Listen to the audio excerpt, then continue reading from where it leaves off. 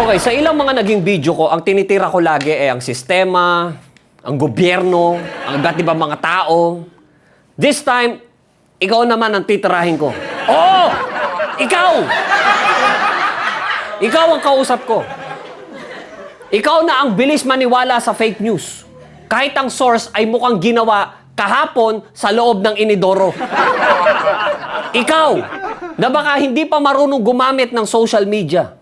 Pero ang lakas mo mag-share ng balitang mas malala pa sa script ng horror comedy. Ikaw!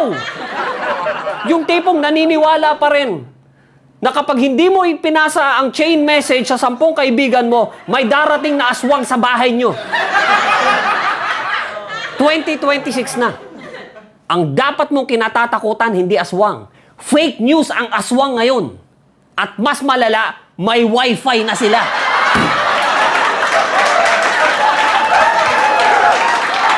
Ikaw rin, yung sinasabihan na huwag maniwala sa mainstream media. Pero mas kapani-paniwala sa'yo yung mga vlogger sa TikTok na mukhang 3 linggo nang hindi naliligo.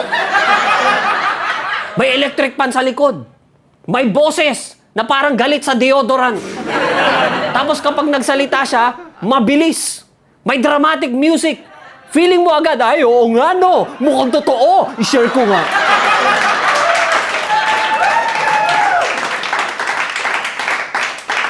Boss, hindi porket naka-ring light, credible na. Minsan, ilaw lang talaga yan sa kasinungalingan.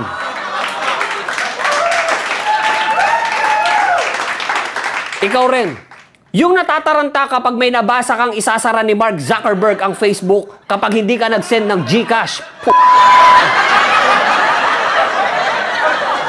Si Mark Zuckerberg nga hindi ka kilala eh. Bakit naman siya magpe-personal message sa'yo para sa 199 pesos? Anong tingin mo sa sarili mo? Shareholder?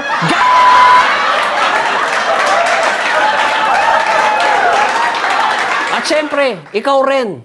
Yung naniniwala na kapag nanalo ang binoto mo, may matatanggap kang gold bar, ayuda, trabaho, at mansyon.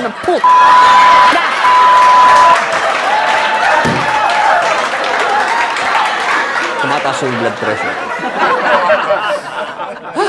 Okay pa? Okay pa? Okay pa? Makayakap ka lang ng kandidato para kang hihimatayin. Kaya makinig ka sa akin. Panahon na para i-unfollow mo ang mga lintik na account na yan. Simulan mo na magtanong. Magsaliksik ka. Tumimbang ka. Huwag kang maniwala agad dahil lang galit ang tono. Malaki ang subtitle o may emoji ng apoy at sirena. Magtanong ka sa kaibigan mo, sa pamangkin mo, sa anak mo, sa apo mo, sa kapitbahay mong marunong mag-Google.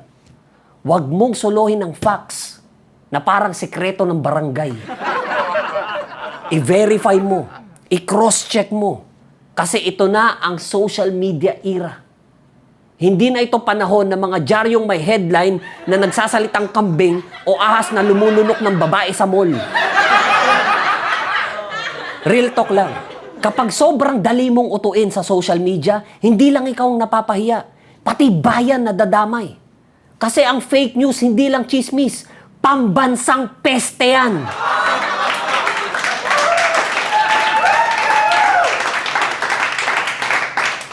Kaya tigilan mo ang pagiging gullible. Hindi ka pinanganak para maging forwarding machine ng kabobohan. Pinanganak ka para mag-isip. Gamitin mo naman.